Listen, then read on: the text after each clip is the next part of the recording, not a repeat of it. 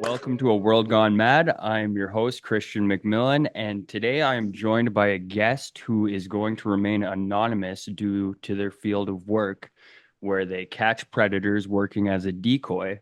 I had discovered this page because this individual was accredited by Alex Rosen, who works at the page I Fight for Kids, and it was due to his participation in the exposing of Michael Knaapen, a Maryland politician. How do you find yourself in this field of work? Well, I basically just started watching like predator catches like everyone else, and then started getting into discords with some of the catchers, and then one of them asked if I wanted to give him decoy picks, and I was like, "Nah, I'm not into that." Mm. And then a couple weeks later, I just started trying it, and like I went on to Grinder myself, and it was very easy. So Really?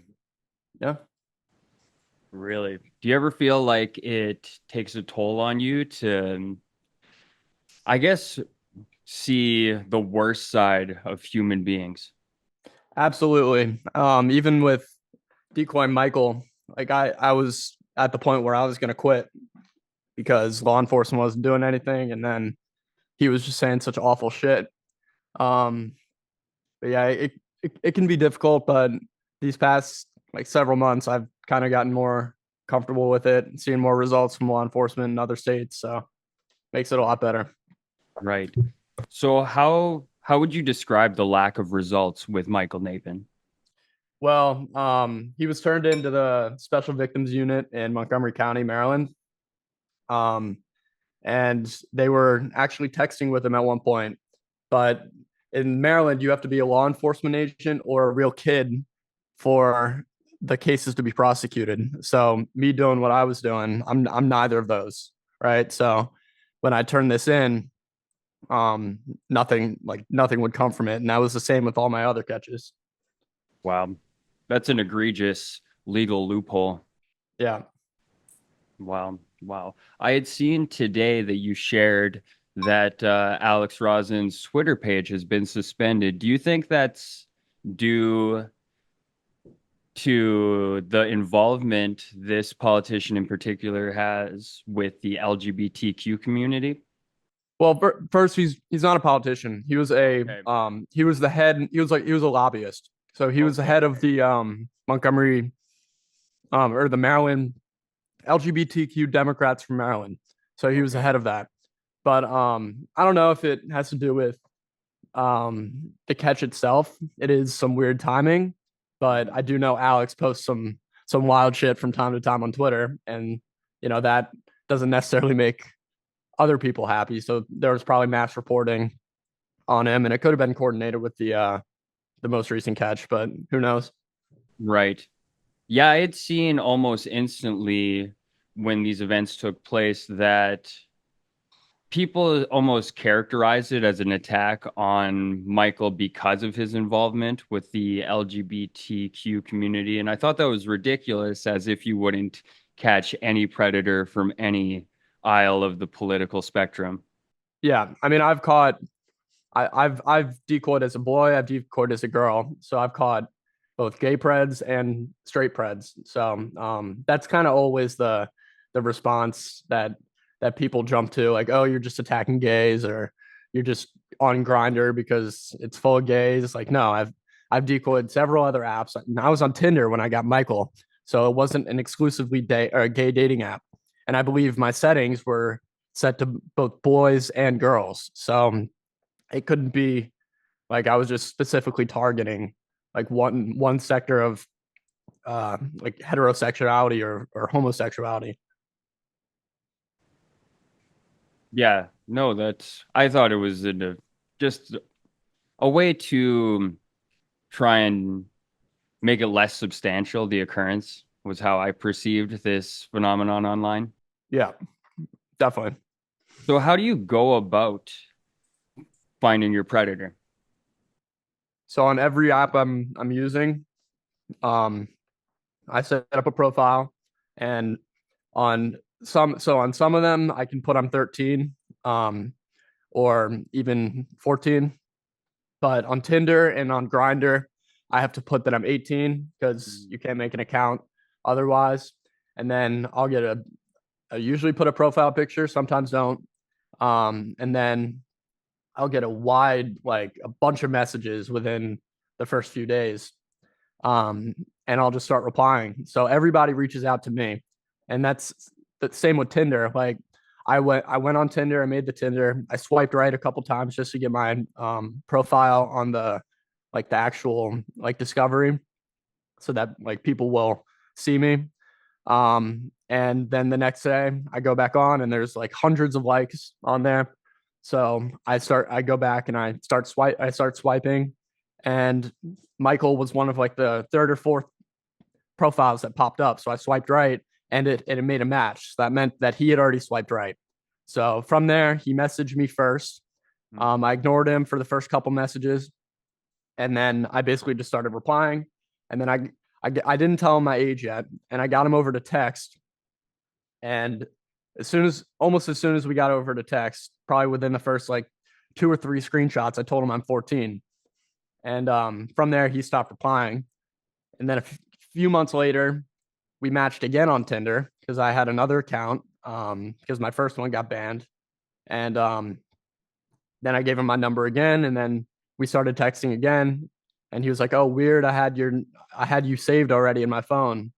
And I was like, "Oh yeah, I told you I was 14, and you stopped replying." And then he kept going from there. He was like, "Oh well, hit me up when you're 18, or actually hit me up when you're 16, because that's the age of consent in Maryland." So I kind of knew from that, like, oh, okay, this is a potential pred. And Right. he used his real number too. So I looked up his number, and I saw who he was. So I kind of saw like an angle to go at. Hmm. Obviously, him being associated with the Democrats, there's kind of like a particular language um, that you can talk to like different different political spectrum people with. So yeah, Right. You somewhat adapt to who you're trying to catch and expose. absolutely. Like Right. if the information's available, like you got to use everything that you have to you. So him having his real number, I found his like all of his information, his LinkedIn, his Facebook, articles on Google about him, videos about what he does, like videos of him speaking, like everything. So you got Right. to use all that at your disposal. Right. So when you say he's a lobbyist, you mean he influences policy makers and politicians, Yeah, right? Okay. yeah, Okay. So were you there during his confrontation? I was. Really? I was with Alex. I was the other guy there. Okay. Um, and it was very interesting. I was actually standing in front of the guy that I had been talking to for 11 months, and this was no like ordinary predator for me. Like I've had guys I've talked to for several months, and I go and confront them, and it is what it is. But this guy, I just felt like, oh my god, like this is finally happening. Yeah, it's a big fish, and you could certainly see it. It almost sounds as if he got more and more audacious the second time you had activated an account. Yeah, definitely, because he saw like this is probably three months down the line from the first interaction, and he saw like, oh yeah, this guy probably not a fake account. He had me send like a selfie holding up four fingers or something. Mhm. Um, and he just got more comfortable, but he was very careful at first. Like he would only invite me, oh, let's go out to eat. Like, oh, come over and we can talk. Like very, very cautious. And Right. a few months, actually after like 2 months talking to him, he got over the top, like overtly sexual. He was saying some weird shit, but then he would be like, "Oh, we can't do that because you're just a kid" or something. Like and not saying, "Oh, I want to do this with you," but saying, "Oh, do you want me to?" And then saying sexual crazy shit. Yeah, I saw the clip I had seen as well. He tried to play up the angle of taboos as if this should be a more accepted thing to occur because it's, just weird and freaky or something like that. He had described it as. He was trying to say like, oh, between consensual adults, this is like a totally normal thing to talk about pissing in each other's mouths and slapping their balls and like all that fucking crazy shit. And then he would say, oh, what I was doing was totally inappropriate.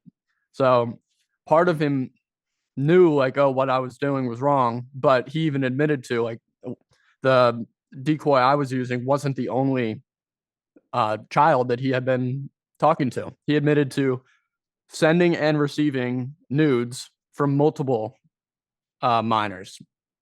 So, Would you say that this predator has been the pinnacle of your time working as a decoy?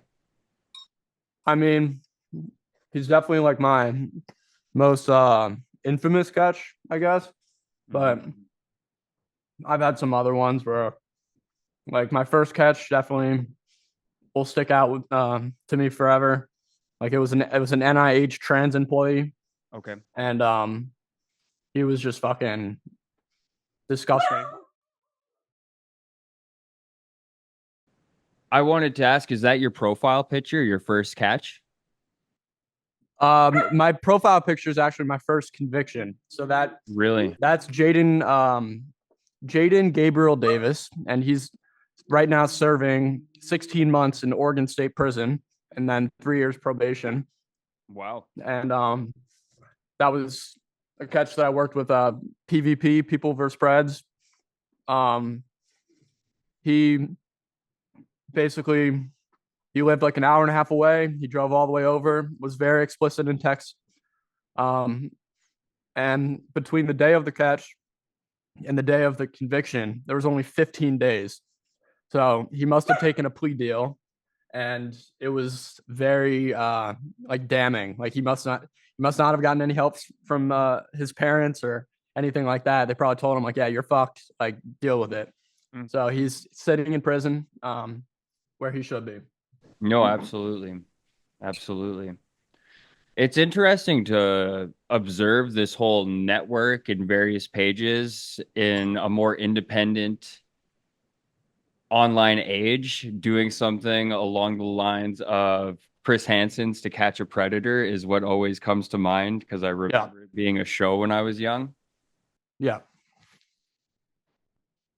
There's definitely different styles, like PvP, Alex Rosen, right? Predator Mhm. poachers, PCI,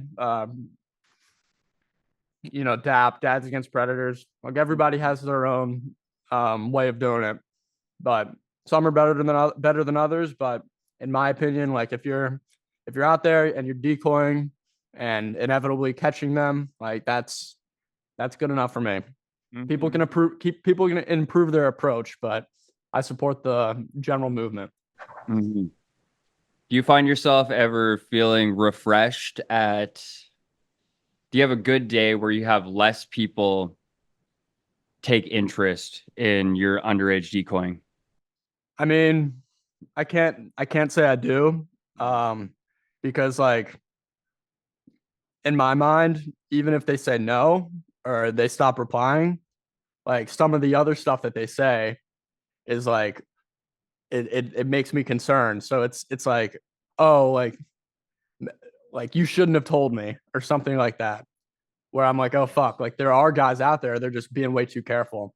And Mhm. unfortunately, like if I'm on Grinder, I can get a catch or more a day, based on how much there are just on that single app. And there are hundreds of different type of dating apps, um, social medias everywhere, gaming devices, anywhere that's connected to an internet or the internet, there's a predator.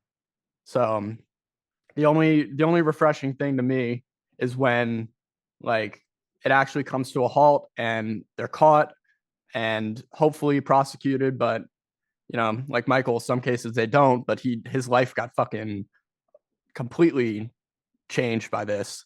Just blown up all over Twitter, blown up all over Facebook, so Instagram, Reddit, like everywhere. So I'll take what I get. Yeah, it's still a victory to have him ostracized from any and every community, right? Yeah, and you would hope that like him being confronted would make him more careful, but unfortunately, that's not always how it works. And personally, I don't believe Michael will stop doing this. He'll just be more careful.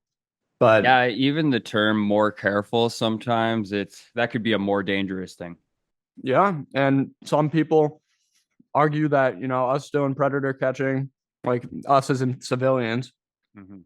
doing predator catching versus turning everything over to law enforcement and everything and letting them do it, like they would argue that we're just making them more careful. But I mean, I completely disagree because there's a complete void in the the space that we're in that's not being filled by law enforcement, and they want to tout 10 to 12 cases a year when PvP, right? When he was up in Oregon, he had 24 catches in 11 days. And 10 of those were mine, and they all got arrested, like all 10 of them. Wow. So it's it's to me it's like, yo, if it's that easy for us, then like how could you argue that you're not the one that's making them more careful by just allowing civilians to do it, where you're the one you as in law enforcement are the ones that are supposed to be doing this. Yeah, especially when civilians are resulting in higher amounts of catches. Yeah, and I get we have a lot of like a lot more time because yeah, sure, law enforcement does a wide variety. Like the SVU that I was handing things over to in Maryland, they handled human trafficking, sexual exploitation, like all that. So it was a wide variety of stuff they're doing. But to tell me that like, oh, I'm doing all the work, all you have to do is sign in on the text app, send a few text messages to coordinate the meet, and then it's over. Like to tell me that takes too long, like that's bullshit to me. No, and that's honestly a depressing thing to hear from who's supposed to cultivate protection in society. Yeah, I agree. Yeah. It sounds truly tragic and it's unfortunate, and it really does show the necessity for someone to take it into their own hands or a network of people, which you find Yep. yourself in. Yep. Wow. Wow. So, do you find yourself having greater success as time goes on and finding more of a rhythm in your work? Absolutely. Like when I first started, I had to learn like how I should talk to them, how to age drop, how to maneuver. Um, One thing that I have learned a lot recently was allowing them allowing them to kind of be on the hook and not like if they're not replying, you just text someone else. You got to just wait for them. But I always let them.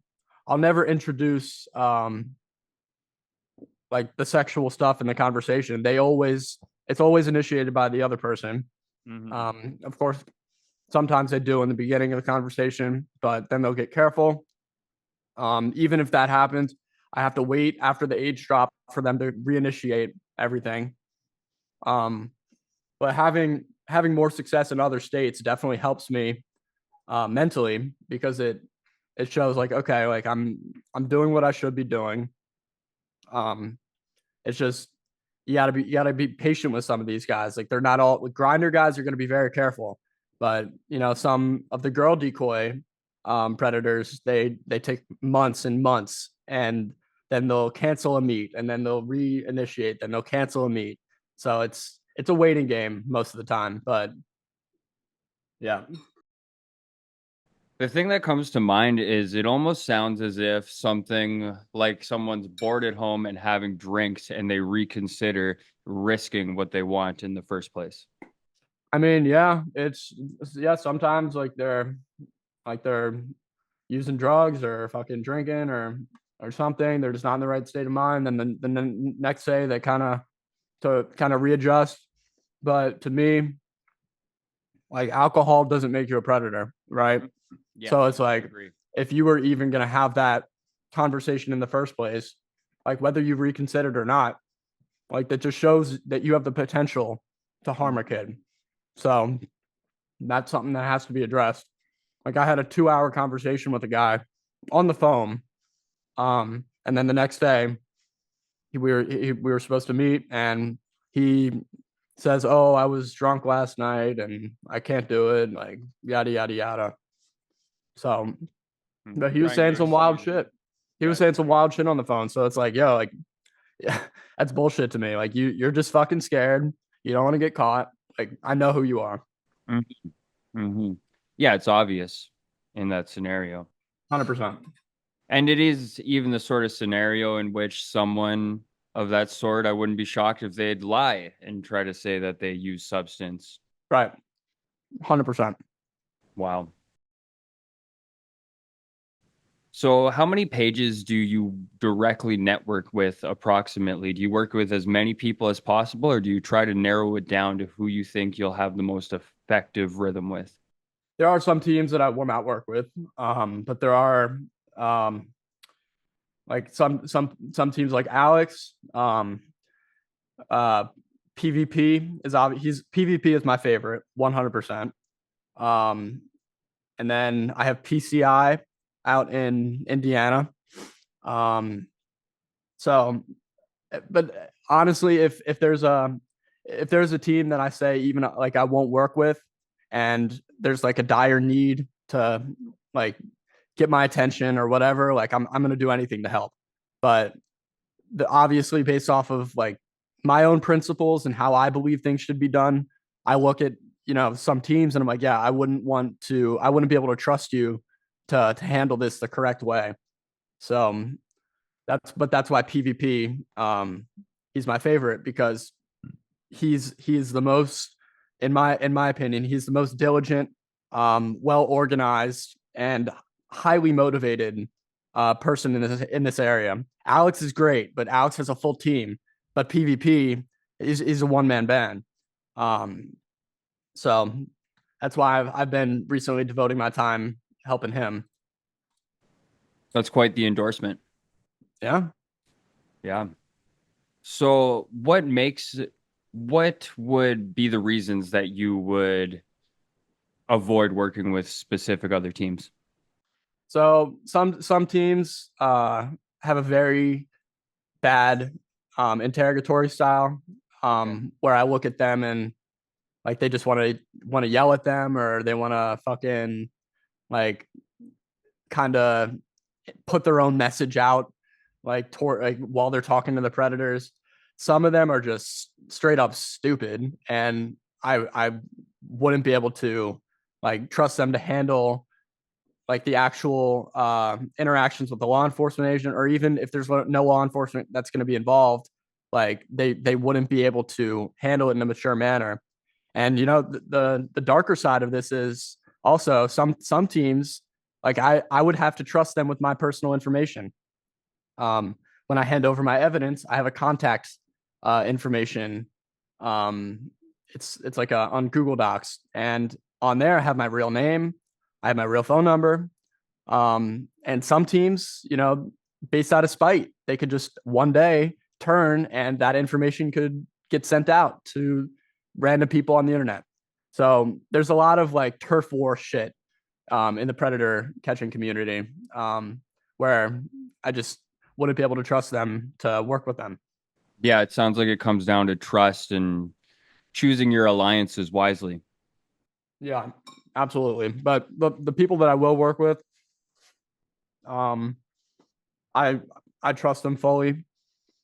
They're the most, in my opinion, they're the most professional teams that currently exist. The three that I named: PCI, Predator Poachers, PvP. Um, and I have no concerns in any of those areas with any of them.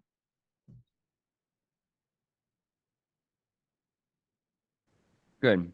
That's cool. That's cool. Those are all pages I'm actually aware of myself. I was curious to if there's some pages I've seen, and it's why I asked what might constitute your disapproval of certain groups.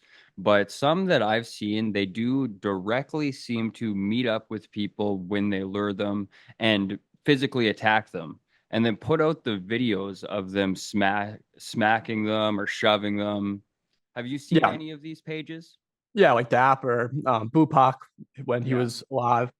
And something like that, that also brings in a liability issue, right? Let's say I turn over a predator to them. Let's say they slap them, they fall, they hit their head, they fucking die, or they end up with a serious injury. That would fall on me because I'm the one that handed over um, the predator to them and sent them out there. So that's another very big issue where you have to trust them. Like, oh, even if they get really hot, maybe they'll yell like PvP, which I love. They'll handle it with maturity. They're not going to put you or their own selves at risk for harming the predator, which I'm completely against. Like I don't want any predator to be harmed on the spot. That's or even after the fact as a result of it. I want them to have to live with themselves and face themselves.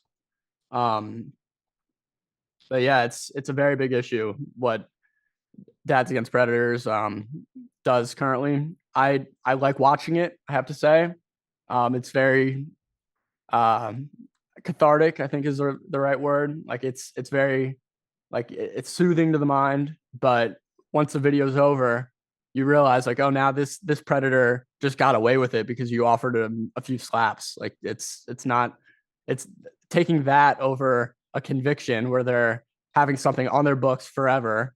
Like that's ridiculous to me.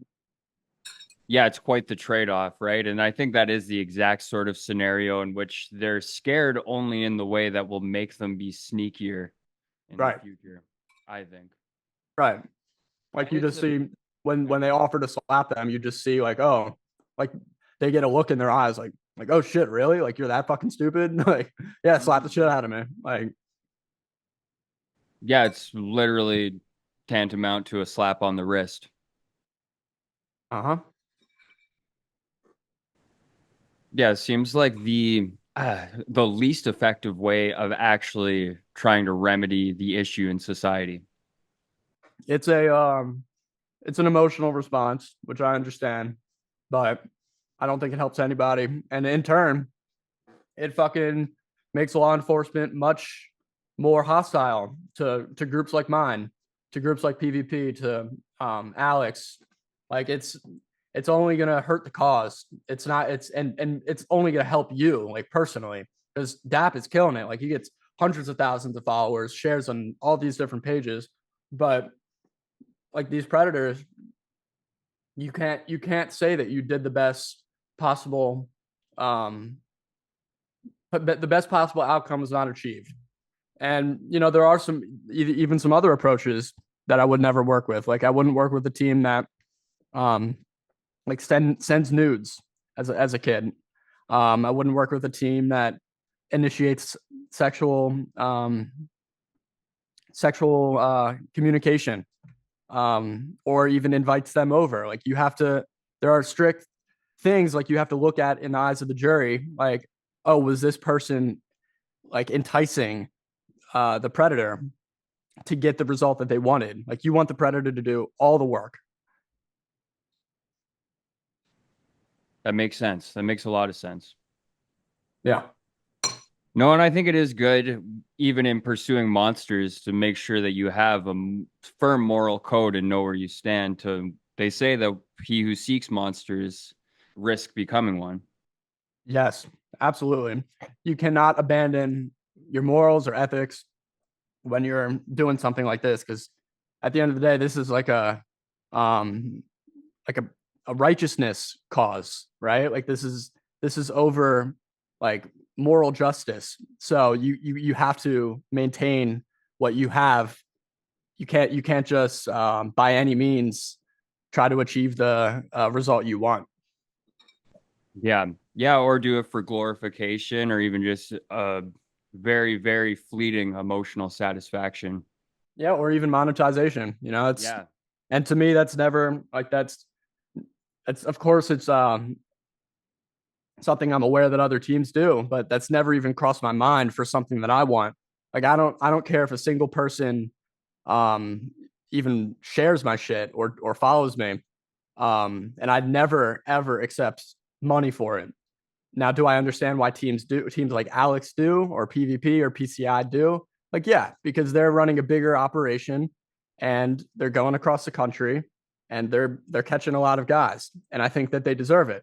But me personally, like I got into this, I got into this to catch predators. I didn't get into it to find a career or you know, buy some stuff with money that's sent to me. Like that's completely, and it's in my eyes, it's inappropriate for me to ask for. Noble, certainly noble and righteous. I think that's a great place for us to wrap it up. I thank you a great deal for what you do, and I'd like to have you back on in the future. Cool. That sounds good. Right on. Thanks a lot for being here. Thank you for having me. Have a good one.